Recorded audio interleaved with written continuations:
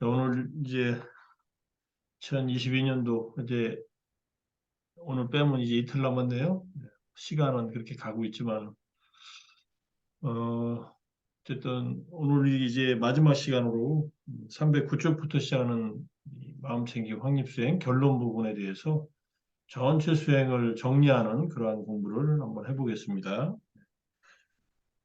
지난주에 제가 움직이고 있어가지고 공부 못한 점 죄송하게 생각하고요. 지난주 이번 주까지 했으면은 충분히 또 공부할 수 있는 시간도 있었을 텐데, 오늘 한번 정리해서 전체적인 얘기를 좀 드리고,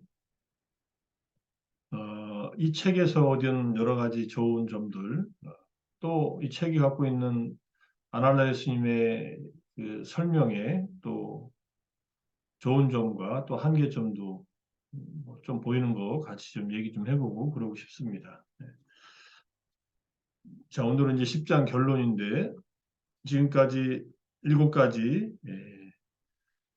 몸에 대한 마음 챙김에서 3가지, 그 다음에 느낌 마음, 그 다음에 법에 대한 마음 챙김에서 2가지 해가지고 바퀴살을 이루고, 그 다음에 바퀴축이 있고 바퀴태가 있다. 이렇게 그냥 설명 안 듣고 이렇게 보면은 그냥 여러 가지 수행의 방법들을 설명하는 거구나 하지만 요 구조를 갖다가 우리가 지금까지 공부한 것들을 다시 한번 정리하면서 보면은 마음챙김 확립 수행을 아날라유 스님 나름대로 이렇게 구성해 놓은 그러한 이유들에 대해서 또 이것이 유일한 방법이 아니라는 것에 대한 설명도 있으니까 좀 이해할 수 있지 않나 생각이 들고요. 저는 아주 훌륭한 시도라고 생각하고 스님이 2003년도에 그 사티파타나 다일렉트 패스트 그 어웨이크닝인가요? 깨달음에 이르는 직접적인 길이라는 박사학위 논문을 출간했을 때, 그 이후로 이제 벌써 20년 가까이 돼가니까, 또 이 책은 이제 2018년도에 나온 책인가요? 그러니까 18년도, 19년도에 나온 책이니까 상당히 오랫동안 18년도에 나온 책이니까 마음챙김 확립수행, 사티파타나 수행을 경전 위주로 주로 공부를 해오셨다. 그 다음에 테라와다뿐만 아니라 북방불교에 대한 관점들도 같이 추가하시고 그러다가 이제 요 수행 직접 수행에 있어서는 다시 이제 염처경 마찌마니카야 10번째 염처경으로 돌아와서 이제 이렇게 수행의 체계로서 하나 스스로가 수행을 해오고 있고 또 이렇게 한번 만들어서 해보면 좋지 않나 하는 제안으로서 이렇게 하고 있다는 것을 우리가 봐왔습니다. 부장까지. 그래서 이제 10장을 이제 보면은 일단 중심적인 마음챙김 확립 명상, 확립 수행의 중심적인 특징을 요약하기에 앞서서 당신이 어떻게 공부를 했는가에 대한 얘기들이 있습니다. 마하시 사야도의 방법, 고행카 수행을 또 했던 점, 또 아찬 부타다사 태국의 수안목이라고 하는 곳에 가서 수행했던 것, 그리고 제일 많은 영향을 받은 스리랑카의 닐람베 메디테이션 센터, 여기는 고두인 사마라 라트네라고 하는 분이 그분의 영향을 많이 받았다. 그리고 적절한 명상 태도를 배웠다 해가지고 제가 이 사마라 라트네의 그 글을 한 2개 정도 다운받아가지고 온라인에 있는 걸 조금 읽어보고 그랬습니다. 사마나라트레는 미아나 포니카 스님의 영향을 많이 받았고 그 다음에 크리슈나 무르티의 초이슬리스 어웨어니스라는 거에서도 영향을 많이 받았다 이렇게 얘기를 하고 있더라고요.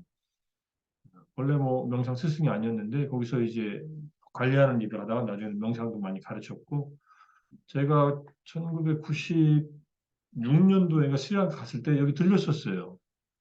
지금 이렇게 밝은 분위기가 아니라 그때는 좀 이렇게 어둑어둑한 이렇게 명상실이었는데 여기서 어떻게 수행하는가 제가 갔을 때는 별로 어떻게 수행하는지를 잘 모르겠더라고요. 특별한 게 없어가지고 그랬더니 스님께서 유학하시다가 또 논문 쓰시다가 여기 자주 갔던 것 같아요. 그래서 이분의 영향을 많이 받았다고 하고 있어서 재미있게 봤고요. 그 다음에 이제 파옥사에도 수영체에서 수행한 분들, 뭐, 그 다음에 마하시에서 수행한 분들, 고엔카 수행한 분들, 그분들을 통해서 또 여러 가지 깨달음 얻었다는 분들도 만나봤다. 뭐 이런 얘기를 하고 있습니다.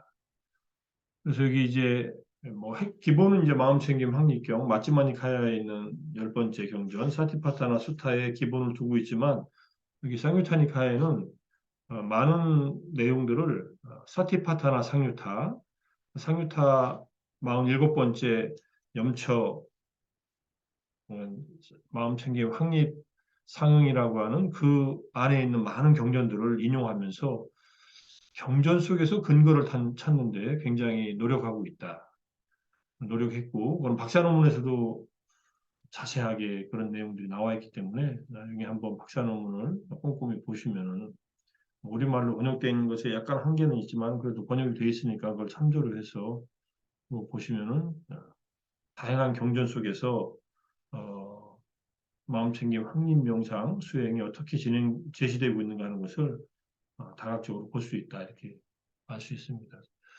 또 한 가지는 이제 스리랑카 불교의 특징 중에 하나가 경전을 많이 중요시해요, 실제로.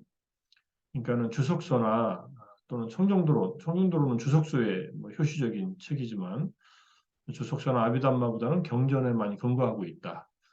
그거와 달리 미얀마는 주석서에 많이 근거하고 있다. 마하시 사회도 같은 경우도 청정도론에 대한 뭐 설명, 그다음에 아비담마적인 설명, 파욱 스님도 뭐 청정도론의 대주석서, 어, 파라마타 만주사라고 하는 대주석서의 근거에서 다시 파욱의 사마타 수행을 다시 재건했으니까 그런 점을 보면은 어, 테라바다 불교의 지금 스리랑카, 태국, 미얀마 세 나라가 있는데 세 나라의 강조점들이 스리랑카가 경전에 많이 강조를 두고 그다음에 태국은 계율을 지키는 것에 굉장히 많이 강조를 하고 뭐 그다음에 미얀마는 아비담마 불교, 주석서 불교를 많이 강조를 하고 있다는 것을 특징적으로 알 수 있습니다. 그래서 스리랑카 안에서도 뭐 윗바사나도 있고 사마타도 수행을 하는데 스리랑카 내에서 하는 윗바사나는 주로 마시 계통의 윗바사나 중심으로 하고 있고 고엔카 센터도 물론 있지만 그 다음에 사마타는 이제 경전에 나오는 사마타 수행법들을 많이 하고 있고요. 그 다음에 뭐 태국도 고유한 수행법들이 많이 나타나고 있지만 부타다사 수행법에서는 이제 아나파나사티 수타를 중심으로 해서 가르치고 있고 수완목이라고 하는 태국의 맨 남쪽에 있습니다. 말레이시아 국경 지역에 있어서 제가 수완목 갔다가 말레이시아 페낭에 가서 거기 있는 또 수행센터들 이렇게 돌아보고 그리고 왔었는데 그 다음에 이제 동북 지역에 아찬 문 스님의 제자들 숲속 수행 전통에서 하는 이제 호흡 수행과 뭐 다양한 윗바사나 수행들, 태국의 자생적인 수행들이 있고요. 태국에 전해진 또 마시 수행들이 있습니다. 이렇게 보시면 되고 어쨌든 뭐 그런 내용들은 제가 쓴 몇 가지 뭐 태국과 미얀마 불교의 수행 체계와 교학 체계라고 하는 97년도에 쓴 논문이나 그 이후로 이제 윗바사나 수행에 대한 다양한 뭐 글들 몇 가지 쓰면서 이제 정리를 했으니까 나중에 참고해 보시고 요즘에 뭐 다른 연구들도 좀 있으니까 보시면 좋을 것 같고요. 어, 그래서 이제 이 책에 제시한 마음챙김 확립 명상의 기술과 제안은 깨달음으로 나아가기 위해 마치마니카야에 있는 사티파타나 수타, 마음챙김 확립경과 몇몇의 테라와다 명상 전통들, 여기서 말하는 전통들과 깨달음의 단계를 얻은 다른 수행자들의 적절한 명상 태도에 대한 가르침이 들어있다는 것. 깨달음을 얻은 다른 수행자들의 적절한 명상 태도는 이거 뭐 마하시 계통이나 고엔카 계통이나 뭐 파욱 이런 계통의 내용들을 좀 담고 있고 자, 이것은 도닦음, 수행의 진보를 위한 또 다른 선택을 제공하기 위해서 의도된 것으로 완성하려는 것이 아니라 풍부하게 하려는 의도가 있다. 그래서 여기 있는 모든 자료들을 오픈소스의 정신으로 공유한다. 그래서 책도 냈지만은 책도 사실은 뭐 거의 무료에 가깝게 공유하죠. 스님은 책에 인세를 안 받으신다는 걸로 알고 있어요. 그래서 당신이 그냥 책을 무료로 이렇게 공개를 하시더라고요. 웬만한 책들은 뭐, 저작권이 걸려있는 출판사와 관계해서 그런 것들은 제외하고 그래서 PDF 파일로 다들 공개를 해서 이거 괜찮나 했더니 스님이 그렇게 오픈 소스로 공개한다. 그리고 전체 수행의 7가지 기사를 수행에 대한 것도 전부 다 음성으로 만들어서 다 무료로 공개하고 있으니까 그렇게 해서 자료를 공유한다는 것이 굉장히 또 스님다운 발상이고 자 그래서 각자 자신의 수행을 이걸 바탕으로 해서 개발하라 이런 말씀을 이제 앞에 하고 있습니다. 그런 얘기들이 309, 310쪽에 있고 그 다음에 이제 310쪽에 제가 오른쪽에 다시 박스에 넣어가지고 좀 추가한 부분이 빨리어 법문이 설명의 뼈대와 방향을 이루지만 특히 사티파타나 수타나 사티파타나 상유타 마츠마 니카야의 10번째 경전과 염초경과 그 다음에 염초 상응에 대한 것이 뼈대와 방향을 말하지만 몸 스캔 기법을 가져와서 자신의 아이디어를 추가했다 이렇게 얘기합니다. 몸 스캔에 대한 초기 본문의 텍스트 기반은 없다는 거. 몸 스캔에 대한 초기 본문 텍스트 기반이 없다는 말은요. 경전에서는 몸을 스캔하는 방식으로 수행을 설명한 것은 없다는 얘기예요. 그런데 이제 여기 부디스트 안티시덴트 투 더 바디 스캔 메디테이션이라고 하는 2020년도에 쓴 스님의 글이 있어요. 그래서 제가 여기다 붙여놨으니까 마인드풀리스라는 잡지에 기고한 건데 이걸 쭉 이제 대략 보니까 MBSR에서 존 카바지는 존 카바진한테 이 바디 스캔을 가르쳐 준 분이 나중에 보니까 우바킹의 제자였어요. 우바킹. 그리고 실제 명상에서 바디 스캔을 하는 것은 고행카 수행입니다. 저도 고행카 10박 11일 코스 가가지고 머리 정수리부터 시작해서 발끝으로 동전 크기만큼 피부의 범위들을 정해서 위에서 아래로 그다음에 오른쪽 왼쪽 앞 뒤 이렇게 바디 스캔하는 방법을 거기서 배웠거든요. 마치 작은 서치라이트로 몸을 이렇게 피부로 관찰하듯이 비추면서 보듯이. 그러니까는 이거의 바디 스캔의 기본적인 방법은 우바킹부터 시작됐다 이렇게 보시면 됩니다. 근데 우바킹이 사야테찌라고 하는 이제 우바킹의 스승으로부터 윗바사나를 배웠는데 사야테찌가 우바킹한테 바디 스캔을 가르쳤는지는 모르겠어요. 그렇지만 우바킹은 분명히 했고 가르쳤다는 것을 알 수 있고 사야테찌에 앞서서 또 사야테찌가 명상을 배운 분이 레디 사이어도니까 이거는 1920년대 얘기입니다. 20년대, 10년대 얘기. 그 다음에 사야테찌가 50년쯤에 돌아가시고 우바킹은 사야테찌한테 1930년대에 가서 배웠으니까 그렇게 해가지고 어쨌든 이 고행카 수행으로 내려오는 전통에서 바디 스캔에 대한 수행이 특히 몸의 감각을 관찰하는 수행으로 이렇게 진행됐다.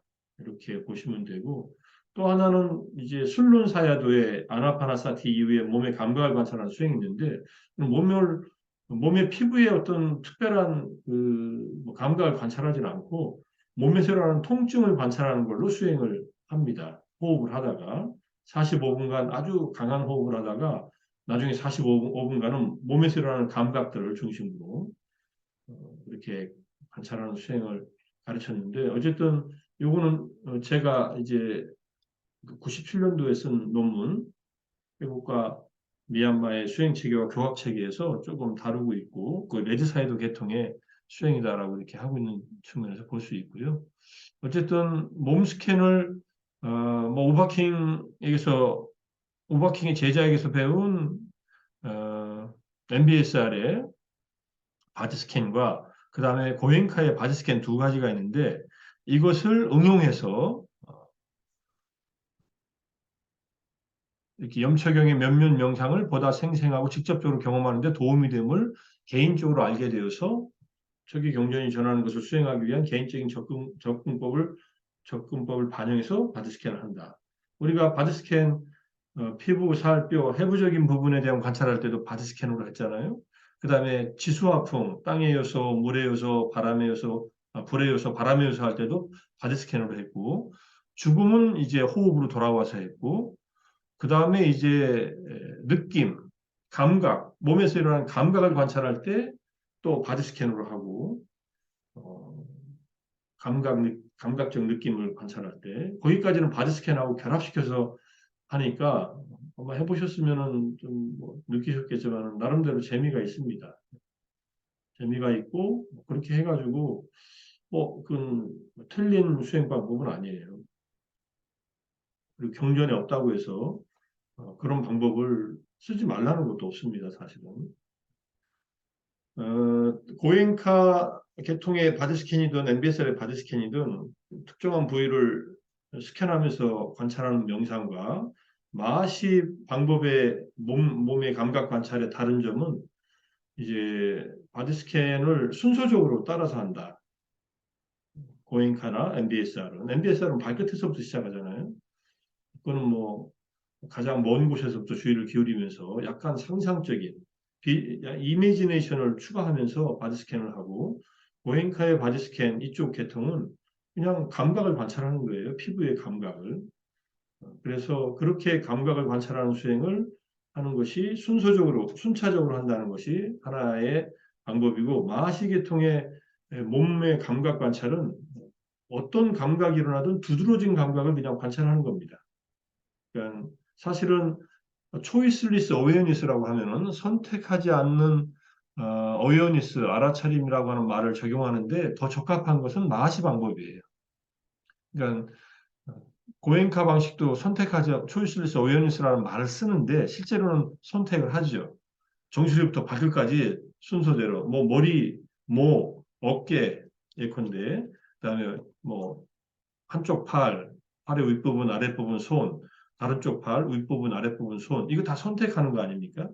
그다음에 몸통, 뭐 가슴 부위, 등, 그다음에 뭐 엉덩이, 다른 쪽 엉덩이, 그다음에 다리 윗부분, 아랫부분, 다른 쪽 윗부분, 아랫부분하고서 발까지 이렇게 선택하면서 바디 스캔하는 방법도 괜찮고 어차피 몸에서 일어나는 경험들이니까 마하시 방식대로 선택하지 않고 알아차리는 것도 괜찮다.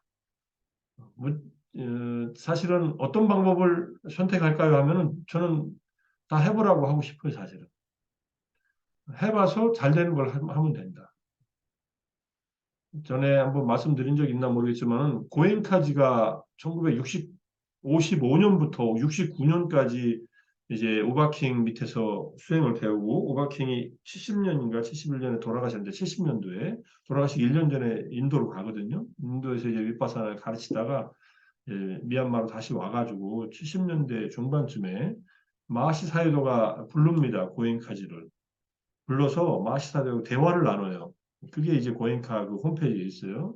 어떻게 명상을 가르치느냐 하니까는 고엔카지가 가르치는 방법을 쭉 설명하니까 마시 스님께서 하시는 말씀이 잘하고 있다. 계속 그렇게 하고 가르쳐라. 이렇게 얘기를 해요. 당신의 수행법을 따라 하라고 이렇게 얘기를 안 하세요. 왜냐하면은 그 방법 자체가 맞으니까. 그래서 고엔카지가 마시 스님을 더 존경하게 됐다.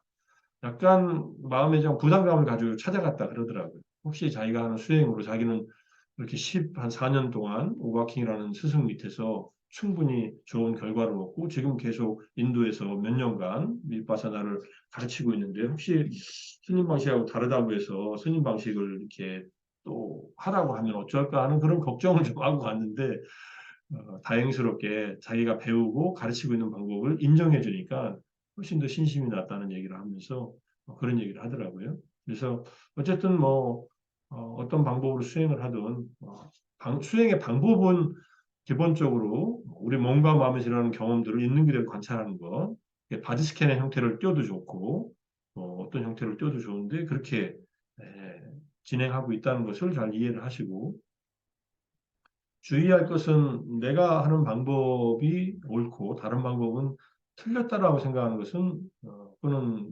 조금 위험합니다. 왜냐하면은 틀렸다고 보는 것보다는 다른 방법을 하고 있구나 이렇게 보는 게 더 정확해요. 다르게 하고 있는 거예요. 다르게 접근하고 있는 거예요. 뭐 우리가 잘 알듯이 산을 올라갈 때 우리가 올라갈 수 있는 어떤 산이라 북한산이든 또는 뭐 설악산이든 지리산이든 산을 올라갈 때 내가 올라가는 길이 옳은 길이고 다른 길은 틀린 길이 아니잖아요. 다른 길이지. 다르게 접근하는 방식들이 있다는 것을 알면서 하면은 수행법의 논란에 의미 없이 옳고 그런 논란에 휩싸이지 않을 수 있습니다. 그래서 뭐 그건 별로 의미가 없다는 말씀을 드리고 저는 뭐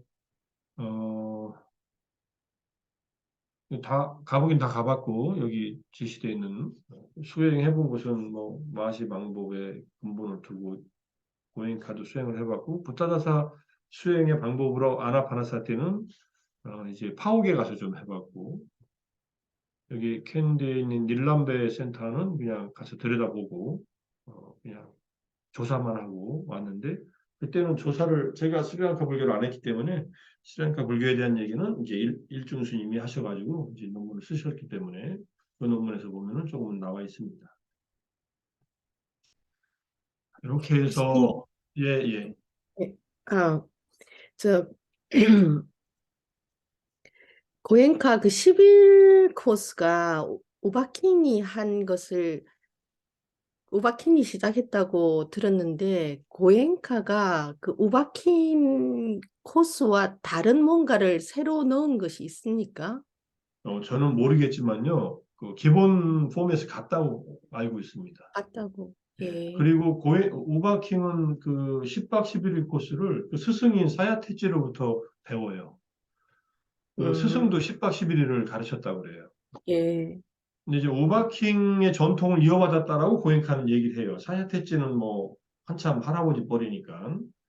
그래서 레지 사야도 사야테찌, 그다음에 오바킹, 그다음에 고행카 이렇게 내려오는 전통. 예. 그러면 그게 그 이전의 스승들로부터 가져온 걸 그대로 맥을 이어오고 있다. 이렇게 그냥 생각하면 되는 예, 거. 그렇게 볼 수 예. 있고요. 설명하는 방식은 이제 고행카지 나름대로의 이해가 있고 설명하는 방식은 달라도 10박 11일 코스를 3일간 아나파나사티 하고 나머지 7일간 이제 윗바사나를 하고 9일째 되는 날 메타 수행을 하는 것은 기본 포맷은 그대로 가져온 걸로 알고 있습니다. 아, 네. 감사합니다. 제가 그 IMC 저기 그 아직도 우바킹 센터가 있어요. 양곤에. 그게 이제 모체죠. 근데 모체보다 고행카 센터가 훨씬 많이 커져서 고행카 센터도 양곤에 시내에 있고 양쪽 다 가봤는데 가서 이제 IMC 인터내셔널 메디테이션 센터에 가서 이제 그때 뭐 거기 총괄하는 분한테 여러 가지 질문하고 뭐 이렇게 대화를 나눈 적이 있는데 뭐 기본은 같다고 그러더라고요. 근데 이제 고행카지가 설명하는 방식이나 뭐 여러 가지 방식의 자기 얘기는 뭐 어차피 자기 얘기를 하는 거니까 스스로부터 인정을 받아서 그런 것은 있어도 기본 포맷은 같다고 이렇게 알고 있습니다. 영국의 그 IMC 쪽에 그 수행하는 분들이 영국에도 있어요. 영국 사람들이 많이 오니까. 나 외국에 몇 군데 있어가지고 이렇게 IMC에 와서 오바킹 방식으로 수행을 하는 분들이 여전히 있다고 그러더라고요. 자, 그렇게 이해를 하시고 시간을 많이 드렸네요. 뭐 혹시 뭐 궁금하신 거 있으면 얘기하셔도 돼요. 중간중간에.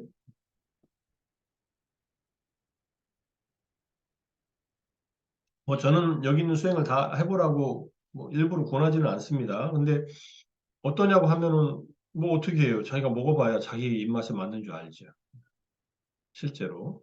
그래서 기회가 되면은 고행카 10박 11일도 한번 가서 한번 경험을 그대로 해보고 아참 부다사사 수행은 지금 뭐 가면은 뭐 가르치긴 하겠지만 뭐 그 수행을 하려면은 차라리 파욱의 어떤 아나파나사티, 사마타적인 아나파나사티 하는 수행을 한번 해보시는 것도 방법이고 뭐 핵심은 지금 세 군데예요. 마하시, 고행카, 파욱 이 세 가지가 전 세계적으로 가장 널리 알려져 있는 수행이라고 볼 수 있습니다.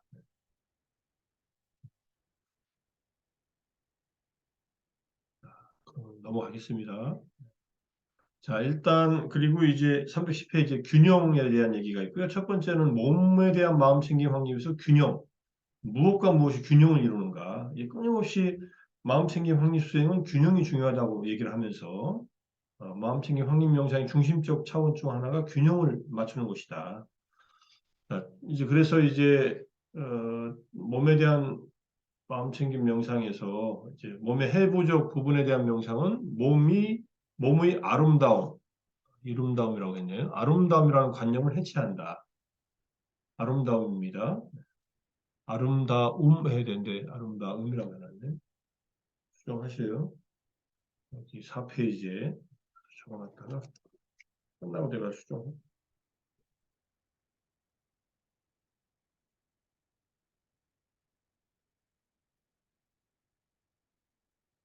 몸에 대한 혐오감이 생길 수 있잖아요. 부정관하다가 그럴 때는 몸에 대한 마음 챙김으로 전환하여 균형을 잡는다. 부정관을 하다가 혐오감이 일어날 때는 그냥 몸에 대한 마음 챙김으로 돌아온다. 몸에 대한 마음 챙김은 뭐 부정관을 뺀 다른 이제 뭐 요소의 관찰도 좋고 또는 뭐 걷기 명상하면서 몸의 자세, 홍주자와의 자세를 알아차리는 것, 뭐 이런 것들을 해도 된다는 얘기고 요소들을 고찰하는 것은 몸이라는 존재에 대한 우리의 동의식을 약화시킨다. 그러니까 이 몸이 나다 또는 나의 것이다라고 하는 이 동의식을 약화시키는데 이것은 친절함과 자비의 마음을 기르는 것으로서 이제 균형을 맞춘다. 자아의 부재가 위험으로 경험될 때, 자아의 부재가 위험으로 경험된다는 말은요, 허무주의적인 생각에 빠지는 거예요. 이 지수화풍으로 이루어진 이 몸에 나라고 할 만한 것이 없다. 인생은 살 가치가 없다.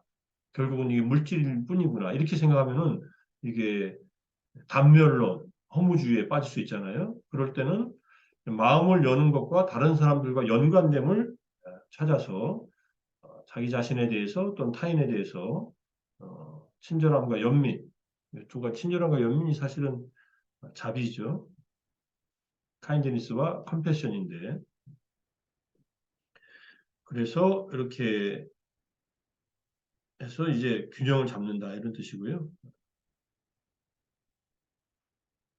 카인드니스는 자애고 컴패션이 연민이라서 두 개를 합해서 자비라고 하는데 기본적으로 컴패션은 자비라고 번역하니까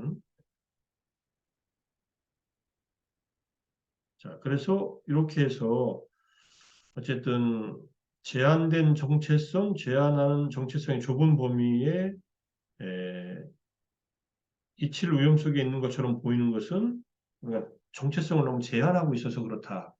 그러니까는 그렇게 에, 자기 삶의 무가치함에 빠지지 않도록 한다. 이런 얘기라고 보면 됩니다.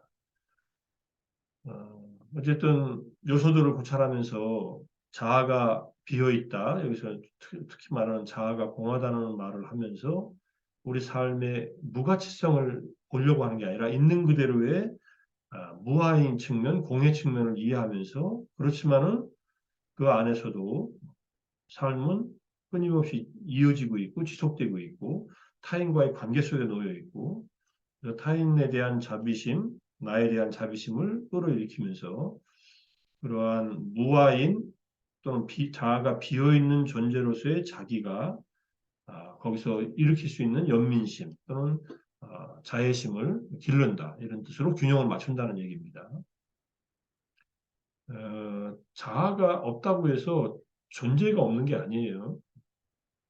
자아가 없는 거지, 고정된 자아가 없는 거지. 우리는 몸과 정신과 물질이라고 하는 오온으로 이루어진 이 존재 자체, 실제 자체는 번뇌가 있고 업을 짓는 한 끊임없이 이어집니다. 그러니까 이것은 이어지고 있다는 것, 조건이 있으면 계속 일어나고 있다는 것. 이걸 이해하면서 그 조건 중에서 가장 나에게 유익한 조건으로서 자비심을 일으켜라. 그러면은 자아가 없다 하더라도 행복한 마음으로 살 수 있다. 이렇게 설명할 수 있습니다. 그다음에 세 번째 죽음에 대한 마음 챙김, 죽음에 대한 명상은 두려워하고 무서워하는 자기 자신의 죽음과 직접 대면하는데 이게 7가지 이제 바퀴살을 이루는 명상 중에 가장 어려운 명상 중에 하나다. 가장 어려운 명상이라고 할 수 있지만은 필요한 명상이기도 하죠. 죽음을 우리는 늘 마주하고 있으니까. 이것은 들숨 날숨에 주의를 기울이면서 들숨하면서 죽음, 하면서 경각심을 불러일으키고 날숨에 내려놓는 그런 마음을 일으키면서 균형을 유지한다. 그러니까 들숨과 나숨의 죽음과 내려놓음 이 두 가지로서 균형을 유지한다. 그리고 다시 한번 밑에서 좀 더 설명하고 있는 게 몸의 해부적인 부분에 대한 명상은 신체의 아름다움의 부재를 통찰하고 무집착의 태도를 유지한다 해서 집착을 이제 줄이고 그다음에 집착이 줄어들면은 자유로운 마음의 아름다움을 경험하게 된다. 집착이 줄어들면은 마음이 좀 무언가 집착하지 않고 의존하지 않으면 자유로움을 경험하면서 그것의 아름다움 또는 희열감을 경험하지. 이렇게 돼서 신체의 아름다움이 없다 하더라도 마음의 기쁨과 행복감을 경험할 수 있는 것으로 균형을 맞춘다는 것. 요소들에 대한 명상은 몸의 공성, 비어있음에 대한 통찰을 통해서 마음속의 깨달음의 요소들이 명백해지고 깨달음의 가능성을 자각하는 것과 같이 균형을 맞춘다는 것으로 또 한번 설명을 하고 위에는 이제 자비심으로 균형을 맞추는 것과도 연결을 하고요. 죽음에 대한 명상은 내려놓음과 함께 죽음 없음으로 연결된다. 끊임없는 내려놓음이 죽음 없음은 불사이고 열반입니다. 그래서 죽음에 대한 명상을 통해서 현재 순간에 온전하게 살아있음을 경험하고 이것은 그러한 깨어있는 마음으로 해탈로 죽음 없는 해탈의 경지로 인도해 준다. 이렇게 해서 몸에 대한 마음 챙김 확립이 한쪽으로 치우치지 않도록. 그러니까 부정관을 한다고 해서 집착, 부정관 때문에 혐오감으로 휩싸이지 않도록 하고 그거는 이제 마음 안에서의 좋은 수행의 이제 성숙함으로써 얻어지는 그런 좋은 경험들로서 보완한다는 것, 균형을 맞춘다는 것과 몸의 어떤 자아가 비어있음에 대한 통찰은 이제 깨달음의 요소들이 더 명료해지고 또 자비의 마음을 기르면서 균형을 맞추고 죽음에 대한 명상은 내려놓는 마음으로 그래서 해탈로 가는 길과 함께 결합해서 균형을 맞춘다. 이렇게 전체적으로 균형을 잡으면서 수행을 하라. 특히 이 세 가지는 기본적으로 사마타 명상이고 요소들에 대한 명상은 사마타적인 요소가 있지만 또 위파사나에서도 할 수 있으니까 위파사나와 결합되는 요소가 강하지만은 몸의 해부적인 부분과 죽음에 대한 명상은 사마타에서 치우칠 수 있는 부분을 다른 좋은 면으로 이제 균형을 맞추면서 수행한다는 것. 이것도 굉장히 중요한 태도인 것 같습니다. 자, 이렇게 해서 몸에 대한 마음 챙김 확립에서 균형을 이루라는 것. 그 다음에 이제 느낌, 마음, 법에 대한 마음 챙김 확립에서 균형은 몸이 끊임없이 미묘한 고통스러운 느낌의 원천이라는 당혹스러운 발견을 하게 된다. 그러니까 명상을 딱 시작하면요, 온몸이 불편해지기 시작합니다. 특히 의자 생활에 익숙해지고 있다가 갑자기 바닥에 앉아서 좌선하기 시작하면 다리 아프죠, 등 아프죠. 병이 나서 아픈 게 아니에요. 가만히 자세를 2, 30분 동안 가만히 있으면 아프게 되어 있습니다. 그러다가 그것이 풀리는 기간이 좀 시간이 걸려서 풀리는데 보통은 그게 풀리기 전에 수행이 끝나니까 그냥 몸이 많이 힘들다가 수행을 그만두는 그런 경험들을 많이 해요. 그런데 중요한 것은 이 몸이 불편함에도 불구하고 수행을 지속하면은 여기 말하듯이 현재 순간에 머무는 것을 미묘한 기쁨에 심리적인 기쁨에 주의를 기울이는 것으로 균형을 맞출 수가 있다. 몸은 좀 고되지만 마음은 기쁘고 행복을 경험한다. 그러니까 몸의 통증, 고통스러운 경험들은 내려놓는다. 뭐 아픈 만큼 아파라 이렇게 하고서 그냥 저는 이제 포기하라고 하는데 말은 쉽지만은 조금만 아프면 우리는 몸을 움직여서 그 불편한 감각을 피하던 습성이 있어가지고 계속 움직이려고 합니다. 이게 갈등이 일어나요. 갈등 일으키지 말고 어차피 못 움직이는 거 그냥 통증이 생기면은 통증이 있다라고 알아차리고 통증에 대해서 불안해하지 말고 두려워하지 말고 그냥 통증을 관찰의 대상으로만 삼고 지나가도록 한다. 그렇게 수행이 점점점 깊어지면은 마음은 삼매에 가까운 경험을 하면서 희열과 행복감을 느낀다. 그렇게 균형을 맞추라는 얘기고요. 몸은 아파도 마음은 행복할 수 있다는 것으로. 근데 나중에 결국은 몸도 안 아파져요. 몸도 불편한 거 그냥 견딜 수 있게 되고요. 요즘에는 저는 뭐 앉아서 30분 앉아서 힘들면 일어나서 걷기 명상을 또 30분 하고 또 앉고 30분씩이 번갈아 가면서 하라고 말씀을 드리는데 뭐 그거는 초보자들한테는 얼마든지 그렇게 할 수 있고 조금 오랫동안 수행한 분들은 그냥 1시간씩 앉아서 1시간 좌선하고 1시간 걷고 좌선 30분 지나면은 불편하기 시작하는데 그 불편한 채로 30분 더 수행하고 1시간 지나면 일어나서 이제 걷기 명상을 하라. 걷기 명상 처음에 또 30분간은 굉장히 좋아요. 근데 나중에 후반부 30분은 걷기 명상도 힘듭니다. 우리가 1시간 동안 계속 걷는 일을 하는 것도 쉽지 않다는 것을 알 수 있는데 그래도 좌선하면서 힘든 것보다는 훨씬 편해요. 그래서 그렇게 수행을 해가면서 몸의 균형, 몸의 불편함을 풀어내는 수행을 좌선과 걷기 명상으로 함께 해주고 그 다음에 마음은 끊임없이 사티와 삼매와 사마디와 그 다음에 분명한 마음, 삼파자나가 계속 생겨나면은 결국은 기쁨이 생겨나게 돼 있다는 거. 그때까지 수행을 이겨내고 해야 되는데 그렇게 몸의 감각적 느낌과 심리적인 좋은 느낌이 서로 균형을 맞추면서 수행을 하라는 얘기고요. 그 다음에 이제 우리 마음에 대한 마음 챙김에서 정신적인 오염원들, 특히 탐진치, 그러니까 침체되고 산만한 마음 이런 것에 대한 알아차리면서 이것들을 끊임없이 알아차리면서 탐진치가 사라지고 침체된 것이 깨어나고 산만한 것이 가라앉으면은 마음의 일시적인 해탈, 이때 해탈은 탐진치로부터 벗어나고 침체되고 산만한 마음에서 벗어나는 겁니다. 일시적으로 이렇게 벗어남에 대한 즐거운 경험에 주의를 기울이는 것으로서 균형을 잡는다. 뭐 기본적으로 탐욕이 있을 때 알아차리고 탐욕이 사라지면은 마음이 편해지는 거예요. 분노도 마찬가지, 또는 미혹도 마찬가지고. 그래서 신념체에서는 이렇게 균형을 잡는다는 거. 그다음에 장애들에 대한 명상은 깨달음의 요소들에 대한 명상에서 자연스러운 상부적 관계를 만난다. 5가지 장애가 나타났을 때 마음 챙겨 알아차려서 그게 가라앉으면은 사티 마음 챙김이 확고해지면서부터 이제 깨달음의 7가지 요소들 이것이 나타나고 장애들에 대한 명상이 이제 힘을 잃고 본격적인 수행의 경험들이 좋은 경험들이 일어난다는 것으로 이렇게 균형을 잡는다는 것.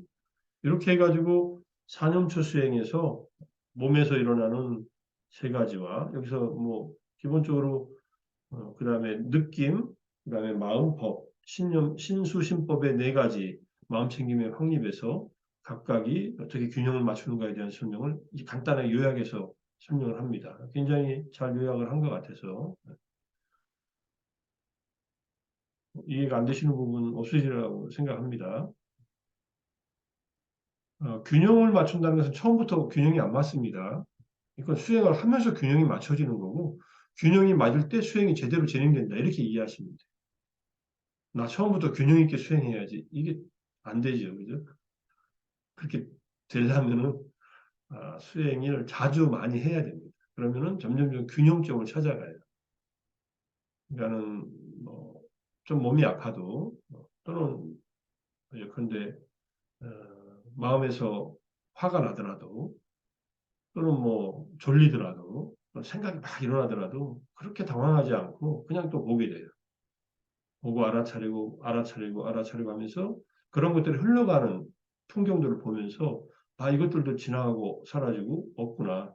그리고 사띠와 분명한 알의 힘이 강할수록 이것들이 빨리 제어가 되고 사라진다는 것들을 알고 그렇게 해서 마음챙김이 확고해지고 분명한 알아차림, 분명한 알미 선명해져서 지혜가 계속 성숙하면은 굉장히 좋은 상태들이 나타나기 때문에 아무것도 없는 정말로 뭐 구름이 꽉 껴있는 안개 속에 등산을 하다가 갑자기 안개가 확 걷히고 앞에 좋은 시야가 풍경이 확 펼쳐지는 것처럼 그런 경험들을 수행을 하다 보면 나타나고 그런 경험이 일어나는 것과 일어날 때 비로소 이 어려웠던 수행의 경험들이 균형을 맞춰서 이게 잘 진행된다는 그런 얘기입니다. 나는 왜 수행의 균형이 안 되지? 이렇게 생각하신다면은 좀 더 하셔야 돼요. 하시다 보면 균형이 찾아옵니다.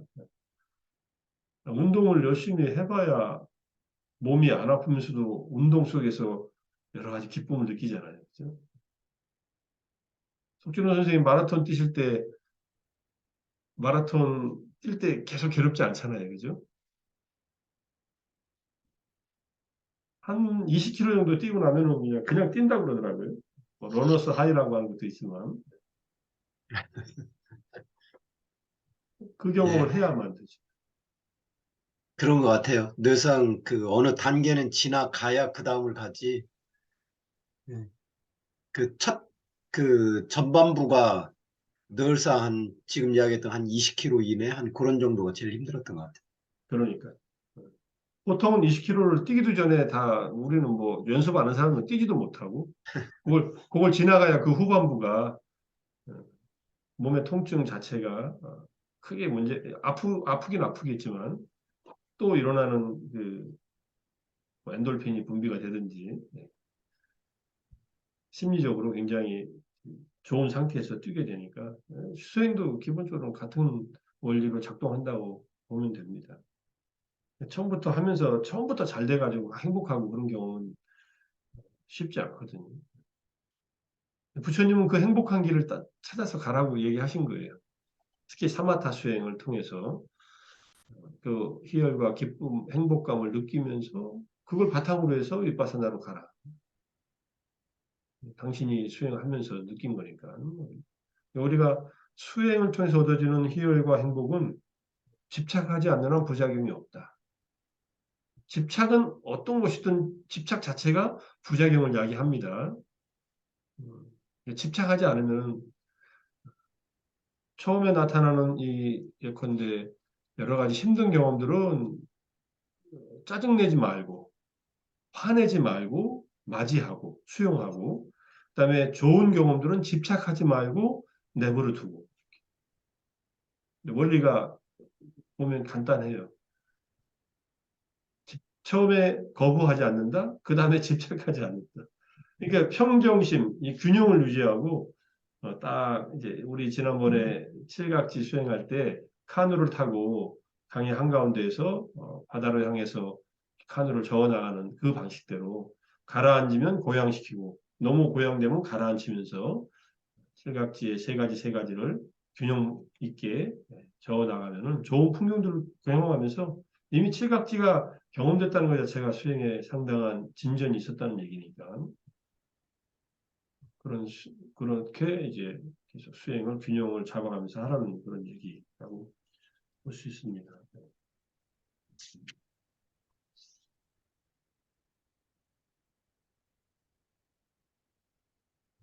자, 그 다음에 이제 점차적인 진보에 대한 얘기로 가겠습니다. 점차적인 진보는 마음챙김, 확립 명상의 또 다른 측면인데 수행은 한꺼번에 진행되지 않죠. 이게 순서적으로 진행돼요. 뭐 도노 점수 얘기도 하고 그러지만 도노 돈수 얘기도 하고 뭐 점수와 초기 불교 입장에서 보면 점수 점호의 입장이 맞는 것 같아요. 뭐 점수 도노라는 말을 써도 괜찮습니다. 그때 도노는 사성제를 한꺼번에 깨닫는다 해서 도노라고 할 수 있는데 근데 그 깨달음의 단계가 수타원, 사다함, 아나함, 아라함 이 네 단계로 점차적으로 일어난다. 근데 이게 시간적으로 빨리 한꺼번에 이게 빠르게 통과하는 그런 수행자들도 있고 천천히 통과하는 수행자들도 있다. 수다운이 돼서 또 뭐 일주일, 보름 또는 몇 달, 몇 년이 걸려서 사다함, 아나함, 아라한이 되는 경우가 있으니까 어쨌든 점차적으로 이게 향상된다. 네, 점차적인 진보는 두 가지 차원이 있는데 마음챙김 확립경의 정형구 부분의 실행이 있고 이 정형구 부분은 이제 어, 첫 번째, 두 번째, 세 번째로 얘기를 하는데 이 정형구 부분에서 나타나는 내용들이 명상의 이 진보, 향상과 관련이 되어 있습니다. 그 다음에 일곱 가지 명상의 연속이 이제 포함되어 있어요. 일곱 가지 명상도 점차적으로 진행돼서 신수, 신법으로 이렇게 진행되는데 이것들도 같이 연결돼서 점차적으로 수행이 나아진다. 향상되어 나간다. 진보한다. 정형구의 첫 번째 부분에 제시된 것은 네 가지 마음 챙김 확립의 각각의 측면들을 탐구하는데 자, 몸에서는 해부적인 부분들과 요소들, 4대 요소와 몸의 부패 단계의 명상들이 제시가 되고 느낌과 마음에서는 각각의 다양한 유형들을 식별합니다. 세 가지 느낌, 보락, 불고불락, 그다음에 감각적 경험과 관련이 있는 보락, 불고불락, 감각적 경험과 관련이 없는 보락, 불고불락의 느낌. 마음은 탐진치와 관련된 마음, 탐진치와 관련되지 않은 마음. 침체된 마음, 산만한 마음, 산란한 마음과 그다음에 삼매 수행이 잘 되었을 때 일어나는 마음과 안 됐을 때 일어나는 각각의 유형들을 식별하고 그다음에 다섯 가지 장애들은 각각의 알아차림과 조건에 대한 탐구, 깨달음 요소도 있으면 있다, 없으면 없다 이렇게 해서 나가는데 좌선 중에 내적인 수행으로부터 걷는 것 등 다른 활동들로 이동하면서 좌선할 때는 자기의 내면적인 자기 몸에서 마음에서 일어나는 경험들을 먼저 관찰하는데 또 걷는 것, 걷는 수행을 하면서 또는 다른 활동, 걷는 것도 있지만 일반적인 활동들도 있으니까 상황에 따라 그것에 상응하는 외적인 차원의 주의를 기울임으로써 네 가지 마음 챙김의 확립을 마무리 짓습니다. 이게 안과 밖으로 수행한다는 그런 측면인데 이걸 갖다가 제가 다시 정리해 보니까 몸에 대한 마음 챙김의 확립에서는 몸의 안팎의 차원들은 요소들을 통해서 접근합니다. 어, 내 내면에 있는 지수화풍 4대 요소, 밖에 있는 지수화풍 4대 요소. 그러니까 해부학적 부분과 죽음에 대한 명상에서도 나 자신의 피부, 살, 뼈, 그다음 내 자신의 죽음, 또 타인의 피부, 살, 뼈, 타인의 죽음 이렇게 본다는 얘기입니다. 내가 이렇게 경험되고 있다면 나의 경험을 직접 경험을 바탕으로 해서 타인의 경험을 추론하는 거예요. 타인의 경험은 내가 직접 알 수가 없죠. 아직 삼매가 성숙해서 타심통을 하지 않는 이상은 직접 모르니까 나의 경험을 토대로 해서 이거 직접 경험을 토대로 해서 어, 타인의 몸과 마음에서도 같은 경험들이 일어난다는 것. 몸에 대한 마음 챙김 확립을 안팎으로 한다는 것은 그렇게 이해하면 되고 느낌과 정신적 상태에 대한 마음 챙김 확립은 내적인 발현에 익숙해지는 것은 다른 것들과 상호작용할 때 자연스럽게 그것의 외적인 상대들을 알아차리는 것으로 인도된다. 느낌도 몸의 감각, 마음의 느낌이 일어났다. 내 몸에서 내 마음에서 타인도 마찬가지로 타인의 몸에서 타인의 마음에서 감각과 느낌이 일어난다는 것을 똑같이 안팎으로 알 수 있다는 것이고요. 법에 대한 마음챙김 확립도 마찬가지입니다. 장애들과 깨달음의 요소들의 존재 또는 부재에 대해서도 내 자신의 내적인 오장의 다섯 가지 장애의 존재와 부재. 타인도 마찬가지잖아요. 그래서 남을 알려고 하려면 내 몸과 마음에 일어나는 일들을 명료하게 알아야 된다. 이렇게 얘기를 합니다. 그러니까 내 내면의 내적인 관찰, 신수신법의 관찰을 통해서 내적인 관찰을 안으로 하고 타인의 또는 외부에 있는 물질들에 대한 관찰을 지수화풍 4대로 하든 또는 신수신법의 네 가지 사념초의 대상으로 하든 이게 첫 번째 정형구의 수행입니다. 그런데 주의할 것은 제일 먼저는 자기 자신에 대한 마음 챙김을 먼저 확고하게 한다. 안으로 먼저 한다. 당분간은 안으로만 하시는 게 좋습니다. 충분히 안으로 하고 나면은 타인을 볼 때 내 몸과 마음을 이렇게 피부 살뼈로 관찰하다 보면요. 남의 몸에 대해서도 피부 살뼈로 보게 되는 관점이 생겨납니다. 요소에 대한 관점도 그렇고. 내가 집착하거나 미워하는 저 사람도 내 몸에서 일어나는 피부 살뼈처럼 내 몸에 있는 지수화풍처럼 그렇게 이루어진 존재일 뿐이다. 시시각각 일어났다 사라지는 그런 무상한 흐름일 뿐이다. 이렇게 보게 되는 입장이 생기면은 거기에 대한 집착이나 또는 싫어하는 마음이 일어나는 것이 많이 가라앉겠죠. 그래서 안으로 먼저 충분한 관찰을 한다는 것, 그걸 바탕으로 밖으로 관찰하고 안팎으로 같이 연결해서 또 관찰한다. 이렇게 이해하시면 어떨까요? 뭐, 교수님, 예, 예. 다른 분들도 있는 것 같은데, 아까 자선중의 내적인 수행으로부터 걷는 것 등 다른 활동들로 이동하면서 여기요, 기회와 상황에 따라 그것에 상응하는 외적인 차원의 주의를 기울인다라고 했을 때, 예, 예. 예를 들면 어떤 게 있을까요? 제가 만약에 걷기 명상을 하다가 기회와 상황에 따라 그것에 상응하는 외적인 차원의 주의를 기울인다라는 것은 어떤 것이 다른 자, 같이 이제 이렇게 하나 예를 들게요. 수행을 예, 혼자 할 수도 있지만 같이 하잖아요. 근데 자기의 몸과 마음을 관찰하는 지 어느 정도 됐는데 타인이 눈에 들어왔을 때 다른 사람이 그 예. 사람의 어떤 행동이나 수행하는 모습이나 또는 말하는 모습이 내가 내 수행을 방해할 수가 있어요. 또는 내 수행을 촉진시킬 수도 있어요. 아름답게 보일 수도 있고 멋지게 보일 예. 수도 있고.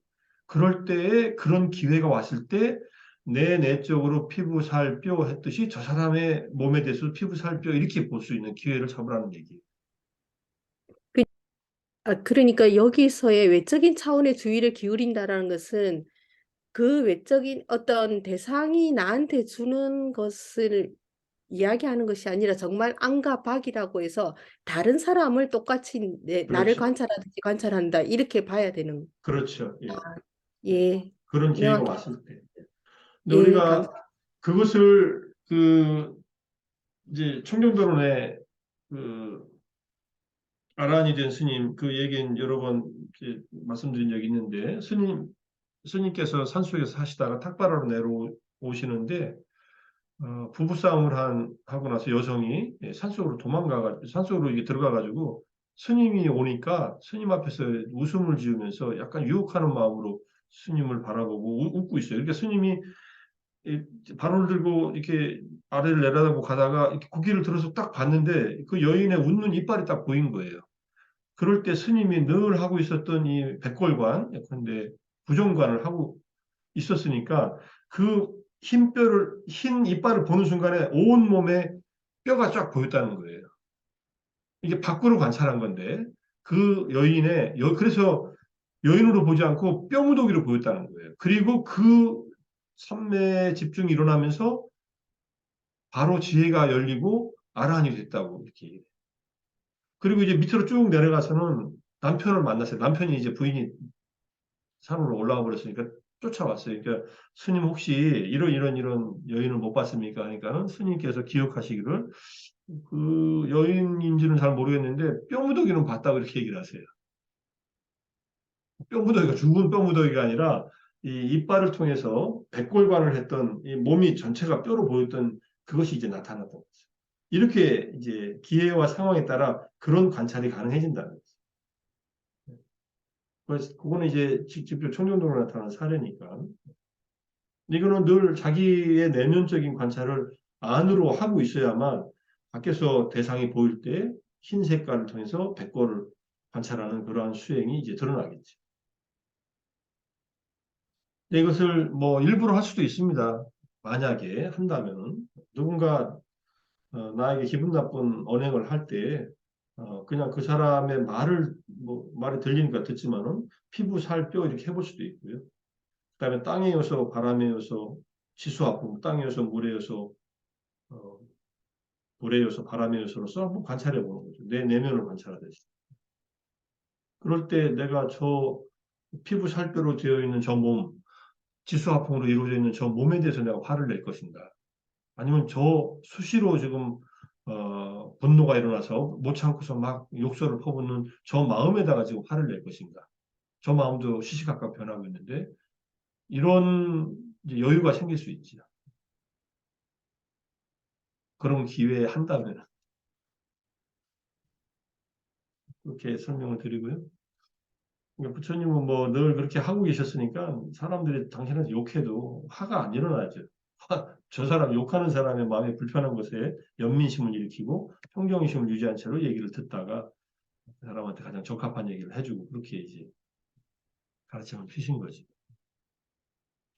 자, 그래서 점차적인 진보를 일단은 정연구의 첫 번째로서 이렇게 한다는 것.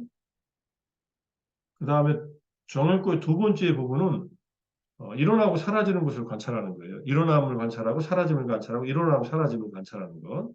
그래서 몸, 느낌, 정신적인 상태들, 마음, 법의 무상한 본질, 성품에 대한 종합적이고 명상적인 조망으로 이끈다. 몸의 무상한 성품의 예시는 호흡의 변하는 성품으로 특히 분명하고 바람의 요소로 이미 분명해졌고 바람의 요소, 호흡도 바람의 요소이고 걸을 때 바람의 요소니까 우리의 몸을 이루고 있는 지수화풍 중에서 바람의 요소가 가장 많이 나타나는 현상이거든요. 호흡할 때 나타나고 움직일 때 나타나고 걸을 때 나타나니까. 그다음에 죽음에 대한 명상으로 충분히 분명하게 드러납니다.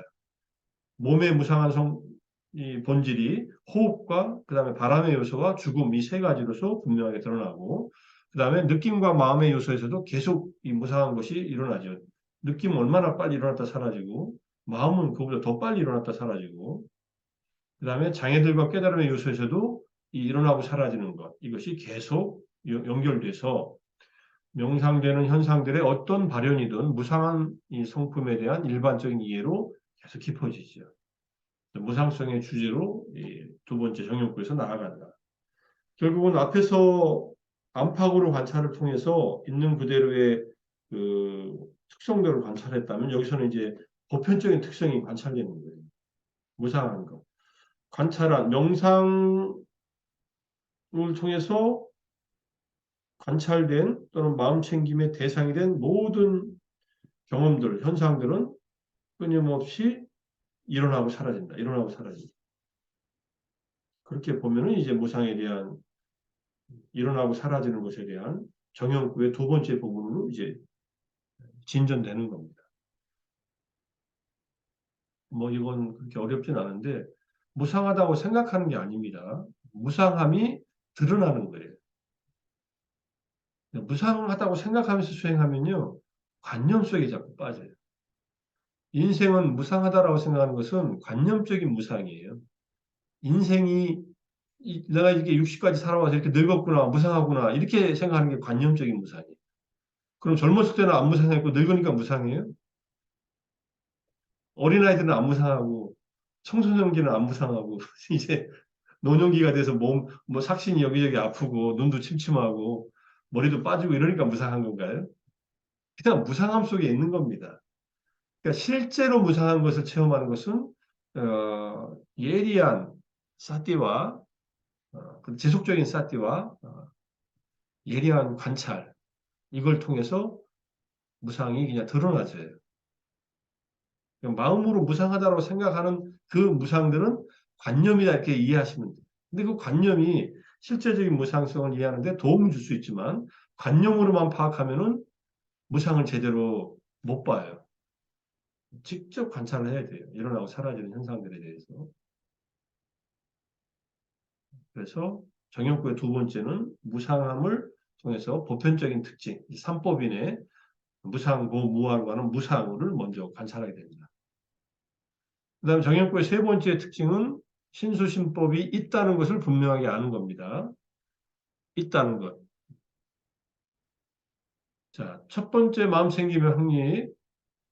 몸 전체의 마음 챙김은 몸이 있다는 것을 분명하게 아는 데 도움이 되고 세 가지 명상 중 어떤 것이라도 배경을 한다. 세 가지 명상은 이제 해부적인 부분에 대한 명상, 그 다음에 요소에 대한 명상, 죽음에 대한 명상. 이 세 가지 명상 중 어떤 것이라도 이 몸은 있다라고 하는 것을 있다고 하는 것을 분명히 아는데 배경으로 작동한다는 거예요. 피부, 살, 뼈, 그거 몸이잖아요. 치수, 아픔 몸이잖아요. 그다음 몸이 죽잖아요. 그러니까는 몸이 있다라고 안다는 거예요. 이게 지금 몸이 있다, 느낌이 있다, 마음이 있다, 법이 있다라는 말의 의미는 실제 하는 것은 몸, 느낌, 마음, 법밖에 없다. 거기에 나라든지 중생이라든지 남자라든지 여자라든지 이건 없다. 이런 얘기. 그러니까 관념적이지 않은 실제 하는 것으로 몸과 느낌과 마음과 법 이렇게 얘기하는 겁니다. 자, 그래서 첫 번째 마음챙김의 확립을 통해서 몸이 있다라는 것을 분명히 알고 두 번째 마음챙김의 확립, 수념초에서 몸의 느껴지는 현존을 알아차리면서 느낌이 있다. 몸 자체가 감각적으로 느껴지잖아요. 사실 느낌이 있다는 것 자체가 마음챙김이 있는 거예요. 근데 우리는 마음챙김이 없으면 느낌 다음에 바로 느낌에 대한 반응을 보이죠. 탐심으로 또는 어, 짜증과 분노로. 그래서 느낌에 머물지 못해요. 느낌에 머물지 못하니까 가래로 나가는 것 또는 탐진치로 나가는 겁니다. 근데 느낌이 있다라고 하는 알아차림이 선명해지는 것 이렇게 진행된다는 것이고 그 다음에 세 번째 마음 챙김은 마음이 있다는 견지에서 몸 전체에 대한 알아차림의 차원을 가진다. 마음이 있다. 마음이 있으니까 몸 전체에 대한 알아차림이 가능하잖아요. 이게 알아차림이 마음의 작용이라는 것. 그러니까 마음이 어디 있느냐 찾는 게 아니라 이미 몸이 있고 느낌이 있다는 것을 알아차리는 그것이 마음이구나. 아, 이렇게 마음으로써 몸에 대한 마음 챙김이 지금 진행되고 있구나. 이렇게 이해하는 겁니다. 그러니까 마음이 있는 거죠. 물론 탐욕이 있거나 탐욕이 없거나 분노가 있거나 분노가 없거나 미혹하거나 미혹이 없는 것을 통해서도 마음이 있다는 것을 알지만은 몸 전체에 대한 알아차림의 차원에서 마음이 있다는 것이 그냥 파악되는 거예요. 왜냐하면 몸과 마음은 다른 작용을 하는 원리거든요. 몸은 알지 못해요. 마음이 알지. 이미 알아차림이 있다는 것은 마음이 있다는 것을 증명하는 것이다. 이런 뜻이고요. 네 번째 마음 챙김의 확립으로 이동해서 몸 전체에 대한 지속적인 알아차림으로써 이제 법이 있다. 끊임없이 일어나는 법, 다섯 가지 장애로서 일어나거나 오운으로 일어나거나 12처로 일어나거나 칠각지로 일어나는 이러한 법들이 있다. 법이 있다가 조금 애매하지요. 법이 있다라고 하면 뭐 모든 것이 다 포함되어 있으니까. 몸이 있는 것은 물질이고 느낌은 마음 부수고 마음은 마음인데 법은 섞여 있어요. 물질과 정신이. 그렇지만 그건 법으로서 오장애로 다섯 가지 덮개로 얘기하든 오치원으로 얘기하든 12처로 얘기하든 칠각지로 얘기하든 사성제로 얘기하든 법이 있다는 그런 알아차림이 분명해진다. 그래서 법이 있다는 인식에서 깨달음의 요소들로부터 균형 잡기 위한 수렴점의 역할을 한다. 균형을 잡는다는 거 다시 나오고요. 이런 방식으로 몸 전체에 대한 알아차림의 수행은 몸이 있다, 느낌이 있다, 마음이 있다, 법이 있다라는 것을 알아차리기 위한 출발점이 됩니다. 그래서 이렇게 네 가지 마음 챙김의 확립을 통과해서 진보하는 것은 몸 전체에 대한 알아차림 수행의 다양한 측면을 가져올 뿐만 아니라 기본 수행을 유지하기 위한 보충의 도구들을 제공합니다. 그래서 몸 전체에 대한 알아차림은 몸을 쉽게 식별하는 측면으로서 호흡에 대한 마음 챙김을 통해 추가적인 지원을 받습니다. 호흡이 있는 것은 호흡이라는 몸이 있는 거니까. 또 다른 도구는 현재 순간에 존재하는 즐거움. 이것은 이제 마음의 즐거움이죠. 지금 여기에 지속적으로 머물 수 있는 능력을 부여해주고, 이건 느낌. 신수신법을 하나씩 다시 설명하는 겁니다. 또 다른 도움은 마음 챙김과 함께 할 때 마음의 성격과 익숙해지면서 마음의 산란함의 경향이 초기에 시작되는 것을 알아차리는 데 도움이 됩니다. 마음의 성격은 탐진치나 침체되고 산만해지는 그러한 성격들이에요. 그것들과 익숙해지죠. 점점 마음이 순간순간 변하는 것이 보이니까 마음의 산란함의 경향을 빨리 알아차려서 이것을 가라앉힌다. 그다음에 몸 느낌, 마음에 대한 마음 챙김의 도움으로 깨달음의 요소의 개발은 마음의 최상의 균형을 가져온다. 이 최상의 균형은 단지 마음 챙김과 알아차림만을 위해 마음 챙김을 유지합니다. 단지 마음 챙김, 단지 알아차림. 이때가 되면요, 마음 챙기고 있는 것을 마음 챙겨요. 그래서 빠띠 사띠라는 말을 써요. 사띠에 대한 사띠. 그리고 이 마음 챙김은 마음 챙김을 위한 것이고 분명한 알문을 위한 것이다. 그래서 마음 챙김을 마음 챙김하는 것을 마하시 스님은 빠띠 윗바사나라고 합니다. 윗바사나 하고 있는 것을 다시 윗바사나 하는 거예요. 그러니까 통찰하는 것을 통찰하는 것이다. 마음 챙김을 마음 챙김하는 것이다. 근데 이때 마음 챙김, 지금 마음 챙기고 있는 순간을 바로 다음 순간에 그 마음 챙김을 다시 마음 챙김하고. 그래서 마음 챙김이 더 선명해지고 분명한 알미 더 선명해지게 하고 그래서 전체적으로 해야 할 일은 어떤 것에도 의존하거나 집착하지 않고 머무는 것을 유지하는 것. 의존하거나 이때 어떤 것은 내적으로는 자기의 몸과 마음이고요. 외적으로는 타인의 몸과 마음이나 물질입니다. 어떤 것. 이걸 이제 낀치 로케라는 말을 써요. 이제 팔리어로 어떤 세간적인 것에 대해서도 세간에 대해서도 로카 세간인데 이때 세간은 내적으로는 자기의 오온이고 외적으로는 타인의 오온이거나 물질 세계다. 이렇게 이해하시면 돼요. 그 어떤 것에도 의존하지 않고 집착하지 않는다. 굉장히 자유로운 상태. 이런 힘을 기르는 거죠. 이게 가장 중요한 일이다.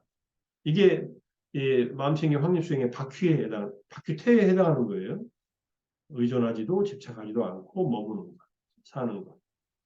우리가 살아가면서 자기의 몸과 마음의 경험에 의존하거나 집착하지 않고 타인의 몸과 마음의 경험에 의존하거나 집착하지 않고 지내면은 어디에 무엇에 의해서도 마음이 휘둘리는 일이 없다는 얘기예요.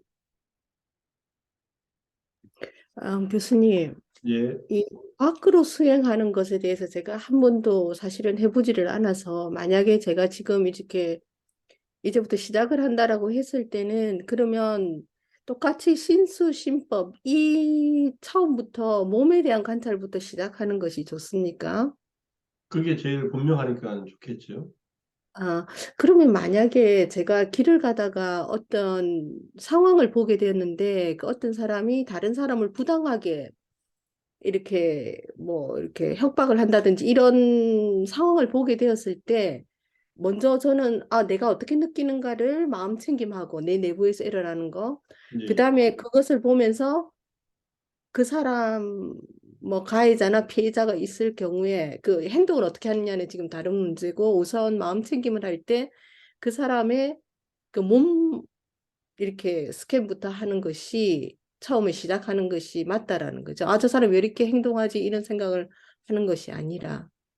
그거는 이제 그때그때 다를 수도 있겠죠. 만약 음, 그런 상황인데 그게 긴박한 상황이다. 네, 근데 그러면은 이제 다른 이제 기준을 가지고서 생각해야 예, 될 때도 오겠죠. 예, 그 제가 너무 좀 복잡한 그랬고 만약에 어떤 예컨대 그러면은 이제 뭐 저 사람이 지금 그 계를 깨고 있다. 그럼 이제 행- 법령처에서 사성제에서 8정도를 가지고서 대비할 수도 있겠죠. 저 사람은 지금 계에 어긋나는 행위를 하고 있구나. 그리고 남에게 피해를 주고 있구나. 내가 개입할 수 있다면 개입할 수 있는 차원에서 개입해가지고 그 상황을 좀 가라앉히는 역할을 할 수도 있겠죠. 예, 예, 그런데 그때 판단해야죠. 근데 그 예. 한 그렇지. 개인을 한 개인이 아니라 그 사람의 언행을 통해서 그 사람의 마음을 이해하고 그다음에 뭔가 음, 뭔가 할 수 있는 일이 있다면은 하는 게 적합하다고 생각하고 해야겠다면 해야 되겠죠. 그렇지만 만약에 중립적인 상황에서는 먼저 이렇게 연습을 하는 수행의 입장에서는 신수, 신법 이대로 한번 처음부터 몸 관찰부터 그 시작하는 이제 게 자기한테 할 때는 그렇게 순서대로 하는데 밖에서 나타나는 것은 그렇게 안 나타날 수도 있어요. 실제로. 근데 외모를 보면서 내가 반응이 일어났다면은 몸에 대한 예. 그다음에 느낌에 대한 그렇게 음, 먼저 하는 것이 좋겠지. 그게 더 분명하게 보이고 이렇게 경험되는 것들이니까. 네, 네, 알겠습니다. 감사합니다. 예. 자, 이제 한 시간 한 5분 좀 지났는데 질문 없으시면 좀 쉬었다 할까요? 8쪽밖에 못했네. 43분이니까 53분까지 쉬었다가 53분부터 시작해요. 한 잔 드시고 오세요.